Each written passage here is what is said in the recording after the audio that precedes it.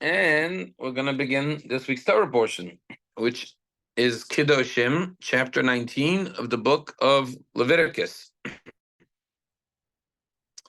So, the name of this week's Torah portion is Kedoshim, which means holy or holiness.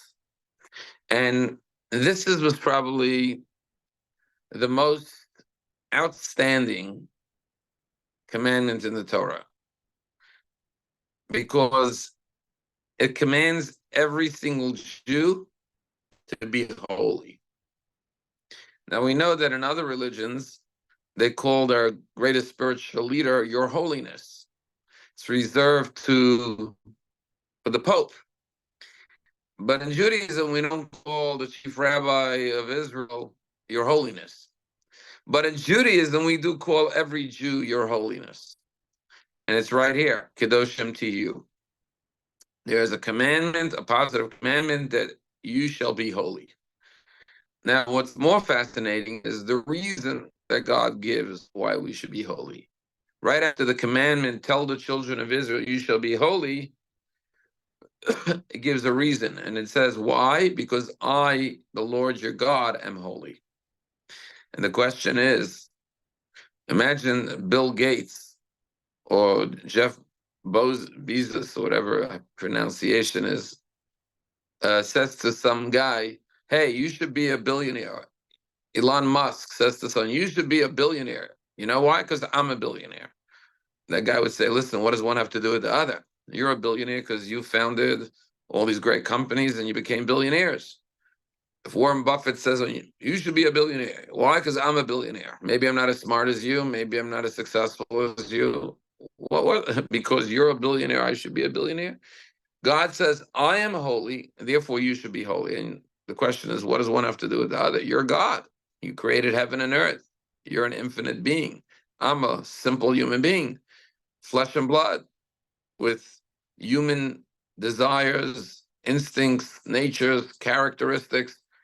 How could you possibly say, because I am holy, therefore you should be holy? And I think the answer is obvious. The answer is that we have a part of God inside of each and every one of us, and therefore we are holy. So it's not just a commandment, it's a fact. You are holy. You know, yesterday I was talking to a gentleman, came to talk to me about the fact that he wants to buy a barrel. He's planning his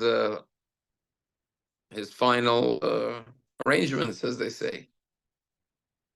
And he was thinking about cremation. And he wanted to talk to me about, he knows that in Judaism, cremation is forbidden, but he wanted to understand why. And thankfully, at the end of the meeting, he said, okay, Rabbi, I will be buried. Because I explained to him why Judaism is opposed to cremation. But one of the things I said, amongst many things, and this is not a class about cremation, so I'm not going to get into all the different things.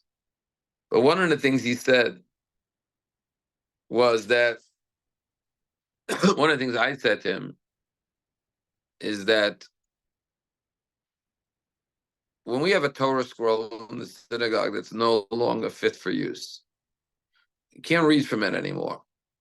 So either we keep it in the ark with a special band around it to let people know not to read from it, but it still remains in the ark, because the broken tablets that Moses broke remained in the ark with the new tablets, because they don't lose their holiness. But furthermore, if we need to take it out of the ark, what do we do with it? We bury it. Would anyone say, this Torah is not fit for use, let's throw it in the incinerator? You never think of doing that. Why? Because you know that this is a holy Torah. It may not be usable anymore. It may be illegible and unfit for use, but it's sacred. Why is it sacred? Because the words of the Torah were on it, because it was read in the synagogue for all these years. So you treat it with respect. You don't just throw it into a furnace. Well, believe it or not,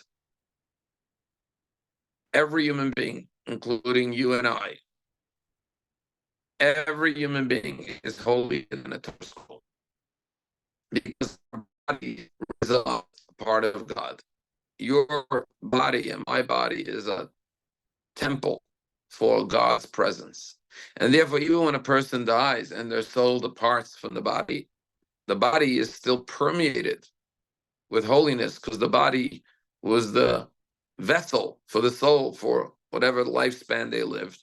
And therefore, we don't burn it and destroy it. We bury it because it's sacred. I'm actually dealing with another case today of somebody who died in Colombia and trying to retrieve the body because it was a Jewish man and his wife there wants to cremate him.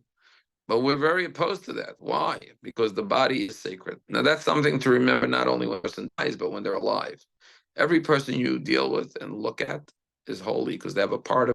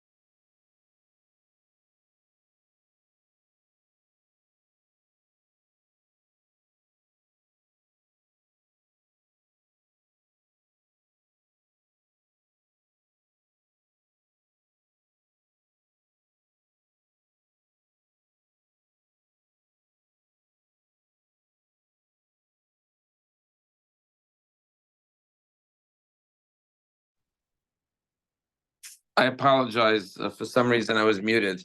So, one of the worst things that could ever happen in a synagogue is, does anyone know what the worst thing that could happen in a synagogue pretty much?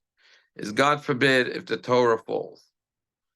The whole congregation has to fast if the Torah drops, God forbid.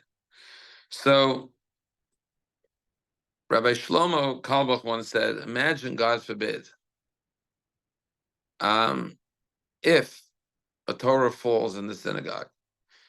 Everyone would jump to the ground, lift up the Torah, kiss it. People would be crying. So be so upset. They would embrace the Torah. They would ask for forgiveness for the fact that the Torah fell. Then Rabbi Shlomo Kalbach said, what happens, God forbid, when a Jew falls on the ground, metaphorically, falls down, stumbles, is hurt? Do we run and pick him up or her up with the same love and dedication like we would pick up a Torah? Do we embrace that person the way we would embrace a Torah? Or do we just walk by that person and ignore that person and not pay attention? It's a very powerful lesson to remember. We are all holy. You know, someone once said, I am not a body with a soul. I'm a soul with a body. What are you really? What you really are is your soul. Your body is just your vehicle to manifest your soul in this world through thought, speech, and action. But your essence is your soul. And never forget that. Remember, you are holy. You are in the divine image. When we say we're in the divine image, we don't mean our bodies, because God is not corporeal. God doesn't have a body. So God doesn't have fingers and toes and hair. What God does have is a soul. He's the soul of the universe. And we are all in God's image because we have a soul. And that's the message of this week's Torah portion. Thou shalt be holy. And it doesn't only mean you should be holy when you pray or when you study Torah or when you're doing a mitzvah. Obviously, you're most holiest then, or on Yom Kippur, or on Passover at the Seder. As King Solomon says in the book of Proverbs, in all your ways you should know God. And that's what's most fascinating about this week's Torah portion. When you read this week's Torah portion, the vast majority of this week's Torah portion are not about spiritual activities. Let me give you a couple examples. Honor your father and mother. Leave the corners of your field for the poor. Don't steal. Don't lie. Don't swear falsely.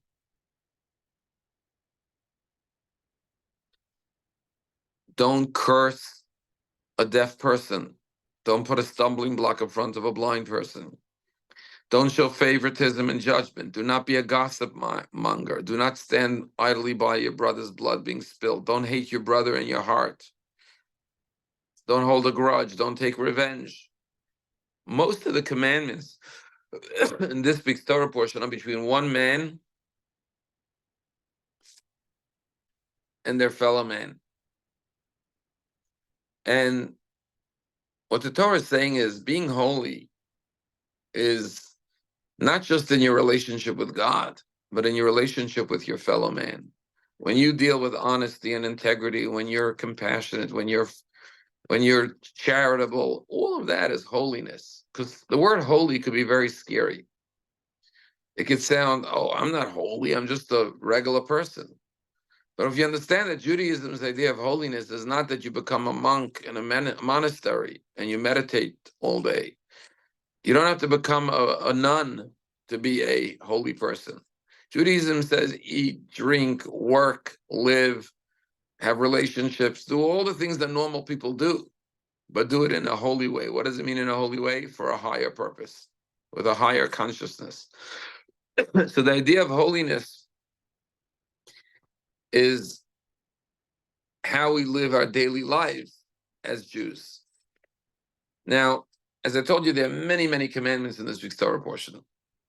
But I want to tell you what is maybe the centerpiece of not just this week's Torah portion, but the centerpiece of the entire Torah, because Kedoshim is in the middle of the book of Leviticus. And in the middle of the book, in the middle of the portion of Kedoshim, we have the commandment, love your neighbor as yourself. Now, this commandment is very relevant for this time of the year because we're now in the days of the counting of the Omer. Today is the 14th day of the Omer, which means we're 2 full weeks of the 7 weeks into the Omer. Now, in addition to counting the days from Passover to Shavuot, we all know that during the days of the Omer, up until Lag BaOmer, are sad days on the Jewish calendar. We don't have any weddings or celebrations during these days. Why is that? Because the students of the great sage Rabbi Akiva died during this time, and the Talmud says because they didn't treat each other with proper respect. And therefore, it's a period of mourning in Jewish history. And that's why Rabbi Akiva, that teaches, the one who taught that these 3 words, love your neighbor as yourself, is the most important principle in all of Judaism. So the center piece of the entire Torah, as Hillel told a convert, when he said, teach me all of Judaism on one leg, he said, don't do unto others what you don't want others to do unto you. That's all of Judaism. Everything else is commentary. This commandment to love your neighbor as yourself is the most important commandment. And it goes back to the point of being holy. How could you love every person like yourself? We're all different. You're obviously going to like some people more than other people. You're going to like yourself more than you love someone else. And the only way to truly love every person like yourself is when you realize that every person is a part of you and you're a part of every other person. You see, what distinguishes, differentiates one person from the other is their bodies. We're physically apart and separate, but more than that, we all have different interests, different likes, different characteristics, personality traits. So therefore, our differences sometimes divide us and separate us. But that's only when you look at it from the physical part of our being. And by the way, our intelligence is part of our physical. Our perspectives is part of our physical.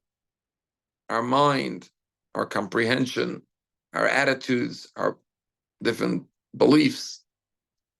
But when you look at the soul of man, it's all a part of God. We're all in the same divine image because we all have the same godliness inside of us. And because Judaism believes in monotheism, there's only one God. So we're all part of the same one God. So all of our souls are really one and the same. We're all literally brothers and sisters and part of each other. And therefore, when you look at yourself as a soul, primarily, not a body, then you love every person like yourself because you realize no matter who that person is, they are a part of you and you are a part of them. So this is a very, very fundamental commandment in the Torah. Now, while everyone knows love your neighbor as yourself,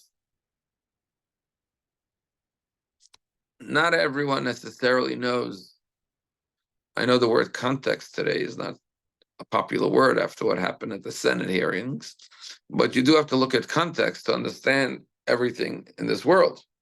So let's look at the context of the commandment to love your neighbor as yourself. It says, do not hate your brother in your heart, but rather tell him what it is you're feeling, what you're disappointed in that person, because or else you're keeping it in. You're not allowing that person to make amends and repair the relationship. And then it says, do not take revenge when someone hurts you, and do not hold a grudge, but rather love your neighbor as yourself. So the build-up, the prelude to love your neighbor as yourself says, yeah, there may be sometimes that's normal that somebody will do something to offend you. But the question is, what do you do when somebody hurts you? So number one is don't keep it in your heart.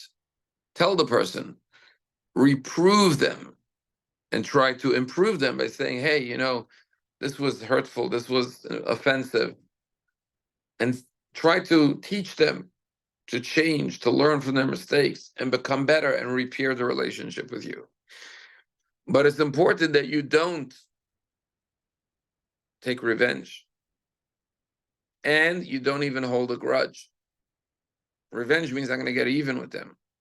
Hold a grudge is I'm not going to get even with them, but I'm not going to have anything to do with them anymore.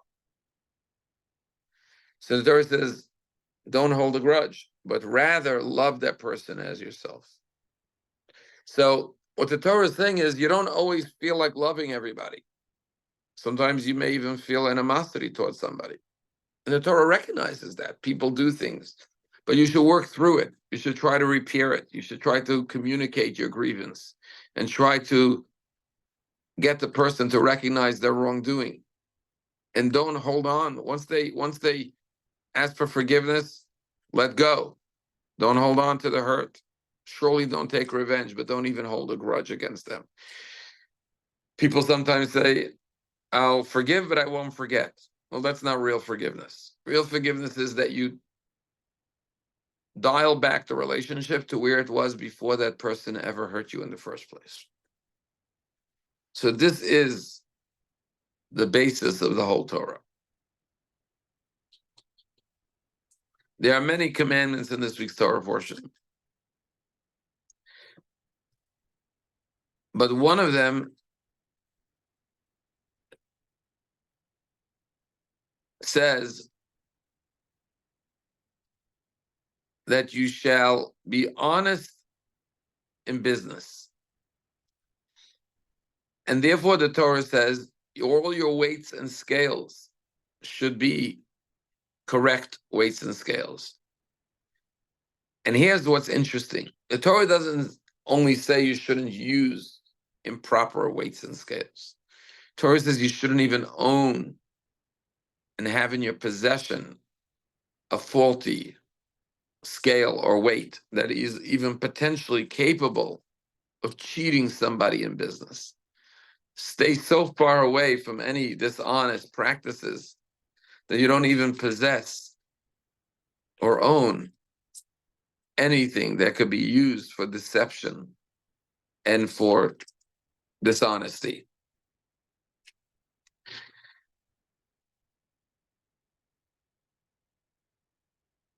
I want you to know that in Deuteronomy, this commandment is repeated, and it's one of the only commandments where the Torah says if you use honest scales and weights, you will have long life. So integrity and honesty in business is very high up there. It's so high up that I'm sure I mentioned to you that the Talmud says when a person dies and they come to heaven, they ask him 4 questions. The first question is, did you deal honestly in business? The second question is, did you set designated times to study Torah? Third question is, did you attempt to create a family? And the fourth question is, did you yearn for the redemption? But it's amazing that after 120 years, when a person dies and comes to heaven, according to the Talmud, the most important question God is going to ask us is not did you keep kosher, although that's super important, not did you keep Shabbat, which is super important, not did you honor your father, mother, which is super important, but from all the things that God will ask you, the first question is, or how are you in the office? How are you in your business? How are you in your transactions? Not how are you in the synagogue, not how are you at home with your family, but how are you in the marketplace? Honesty in business. And that's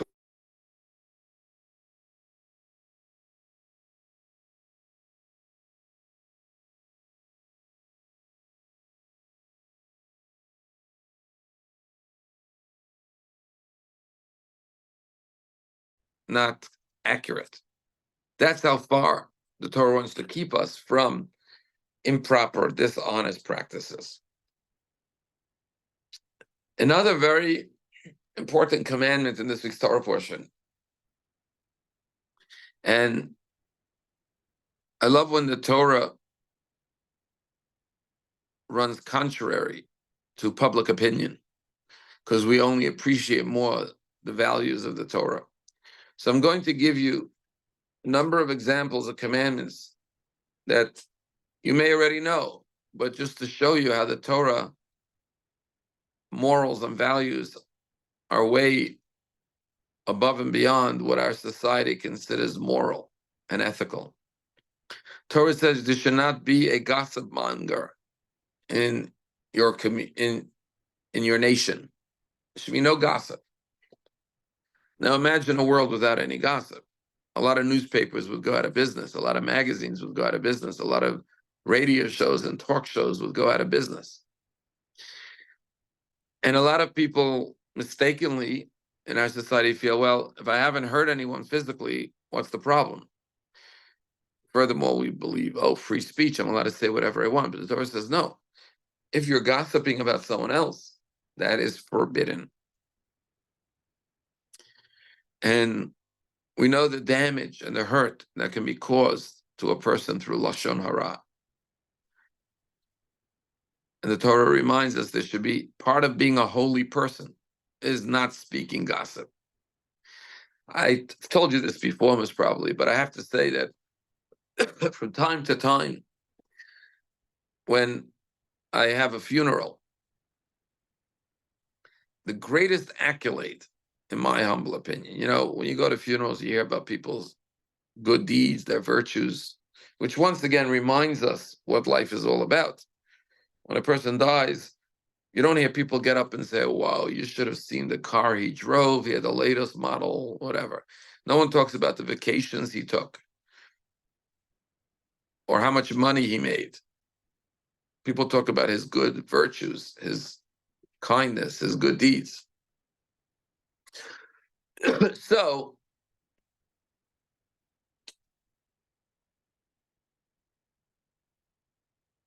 to me, the greatest accolade is when someone says at a funeral, he never or she never had a bad word to say about anyone. And I always say, wow, if you could live 70, 80, 90 years and people could testify that you never had a bad word to say about anyone, to me, that's like the ultimate accomplishment in life. And that's what the Torah says, Lo telech Rachel, there should be no, by the way, you know what the word Rachel means? Rachel in Hebrew means a peddler. What does it mean there should be no peddlers? There were a lot of Jewish peddlers who made a living peddling merchandise. So what it means is don't be a peddler of information. Don't take a piece of information that you heard and go around repeating it in different circles, spreading gossip and rumors about people. Don't be a conduit to transmit negative stories about people. On the contrary, be a conduit for positivity, for good stories, for compliments, for lifting people up, not tearing them down. Another commandment that I think is very unique to the Torah is the Torah says, show honor to an elderly person.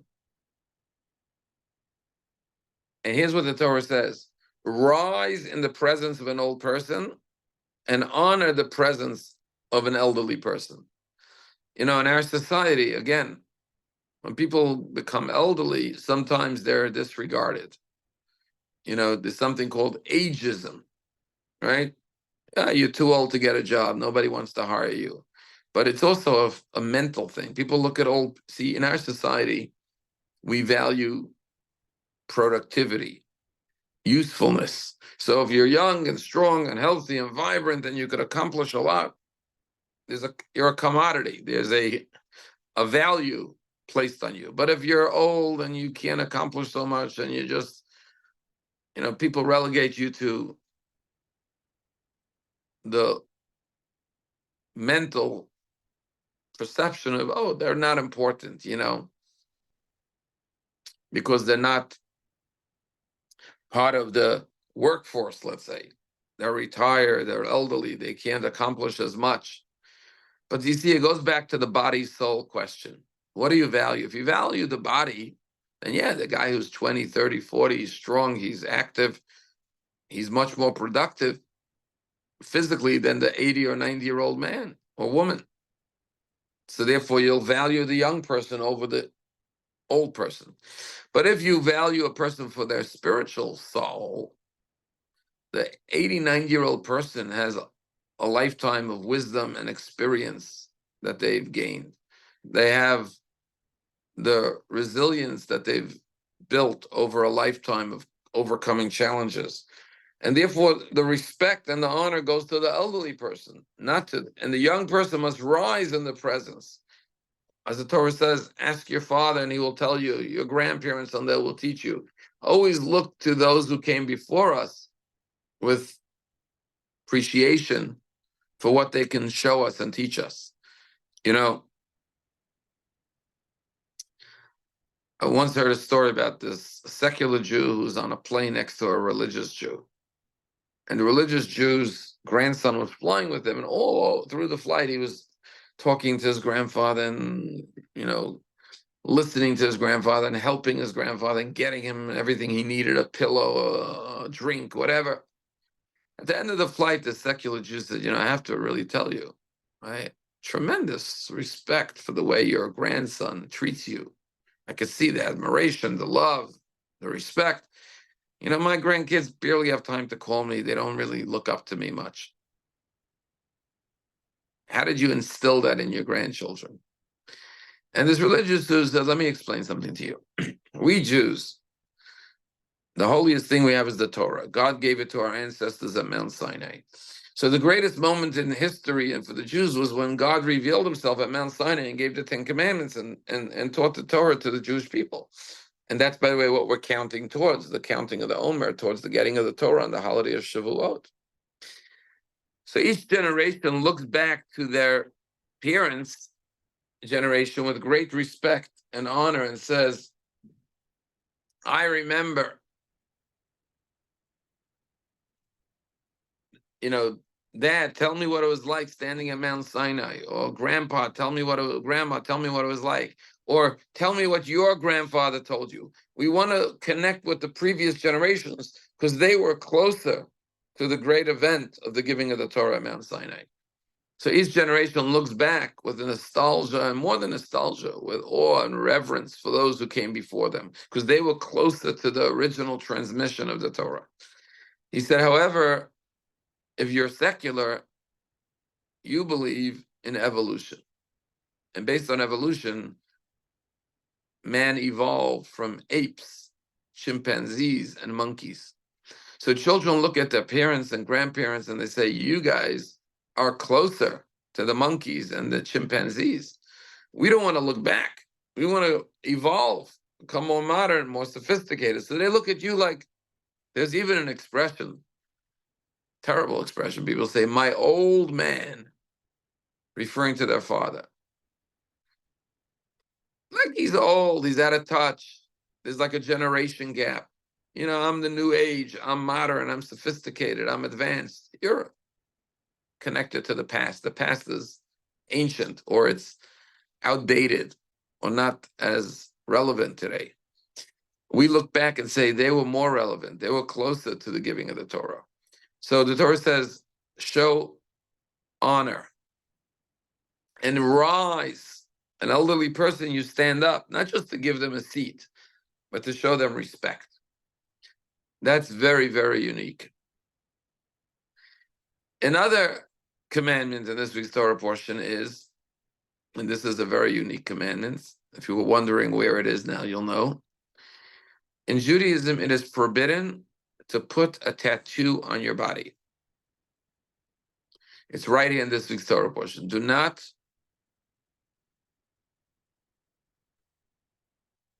make a tattoo shall not be placed upon yourselves. It says you're not allowed to cut yourself. Sadly, we know some people do that.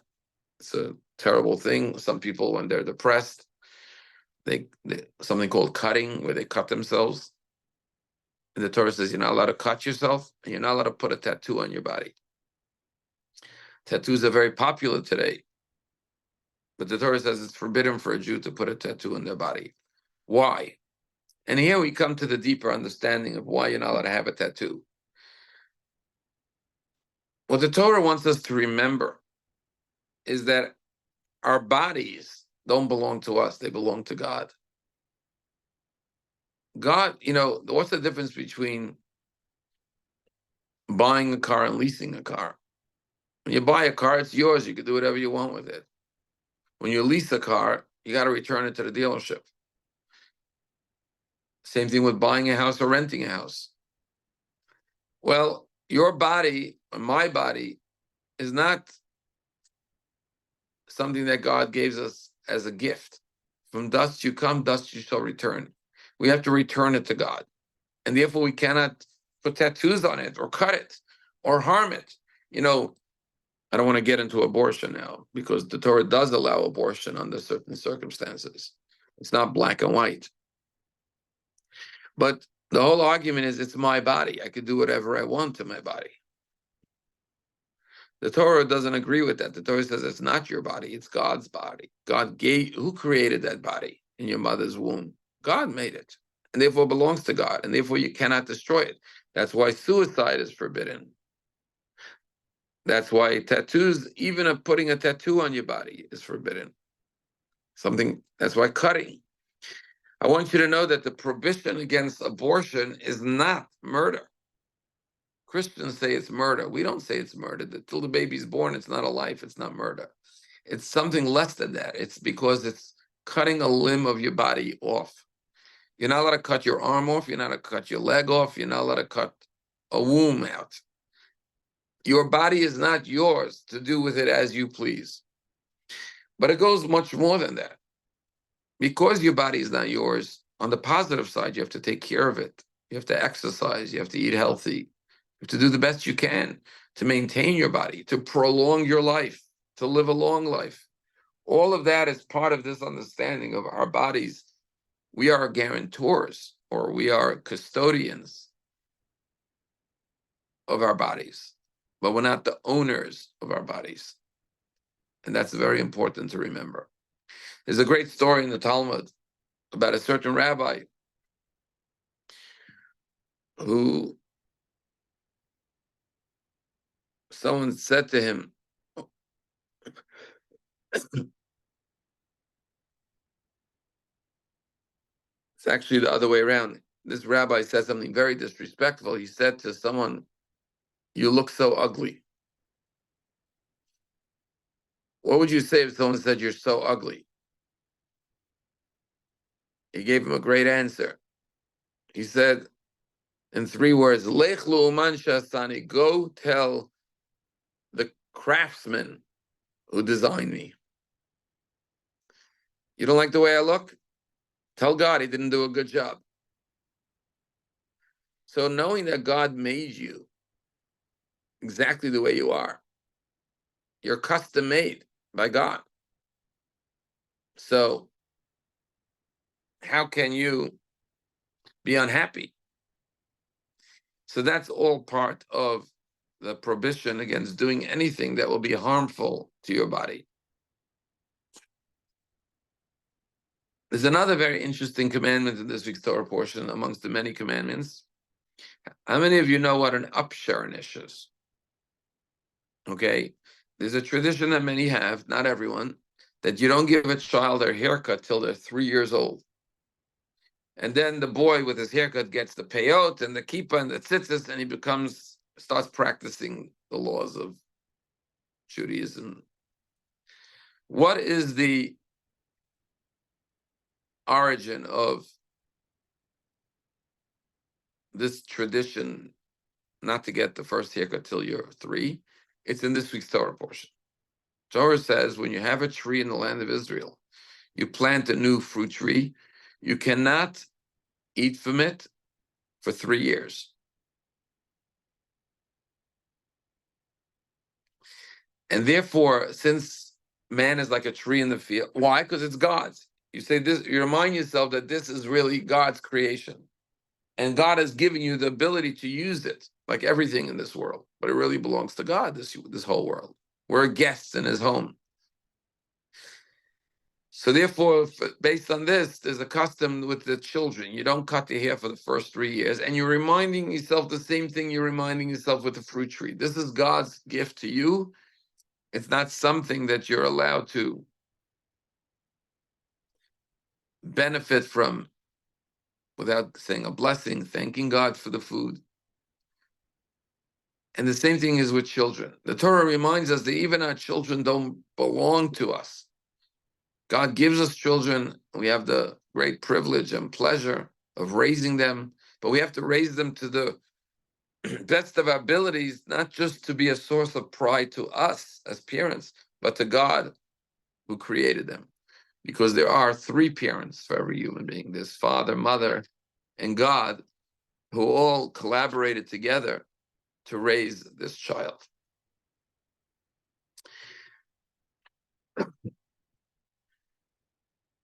Just to go to the end of this week's Torah portion.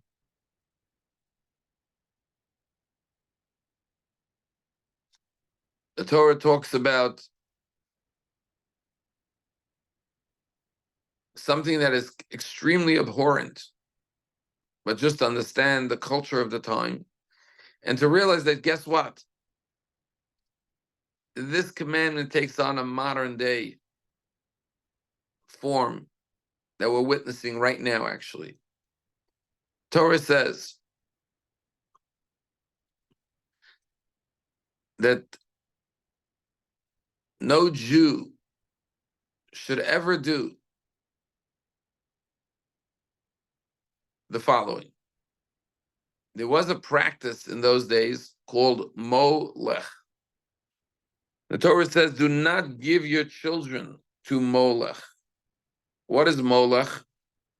Molech was an abhorrent practice in those days, where people would sacrifice their children to their gods, to their idolatrous pagan gods. I'll just read to you what the Art Scroll says. In giving the punishment for serving Molech, the Torah discusses at length the evil of the sin. Not only has the perpetrator sinned against God, he has profound the sanctity of the Jewish people, which the sages interpret as God's holy nation. And therefore, this practice strips the Jewish people of all of their holiness. I'm paraphrasing. And the penalty for this is you're put to death. What is Molech? As I said, Molech is they would pass their children in fire as an offering to God. Exactly what God told Abraham not to do when he tested him if he would sacrifice his son. And why do I say this is still practiced today? When you read of Hamas and other Islamic fundamentalists who raise their children to die as martyrs, as shihads, killing Jews, and they worship and glorify those who were suicide bombers and kill themselves in order to kill Jews, besides the fact that they're killing innocent men, women, and children. They're raising their children with an ideology to destroy their own lives. And they do it in the name of their God. That's why the terrorists of 9/11, when they flew the planes into the World Trade Center, they said, Allah Akbar. The terrorists who invaded Israel on October 7th, Allah Akbar. God, Allah is great. In the name of religion, in the name of their gods, they're taking their lives. And these are parents who are teaching their children to do this. And when their children do this, they say, praise be Allah. They see this as a divine worship that's going to get them into paradise. This is the evil, the corruption that the Torah is talking about here 3,000 years ago. And here we are today, and it's still practiced in 2024. And this is what the Torah says is the epitome of evil. And it is precisely this that the Torah says, you will desecrate my holy name. What is the greatest obstruction to God's holiness? This practice, taking innocent children and offering them up to your false gods and destroying human life, including the lives of your children. And it's fascinating to see how, yes, they may not put their children in a physical fire the way they did then, but by having their children blow themselves up as suicide bombers, they're literally burning their children, destroying their children, just like the practice of Molech.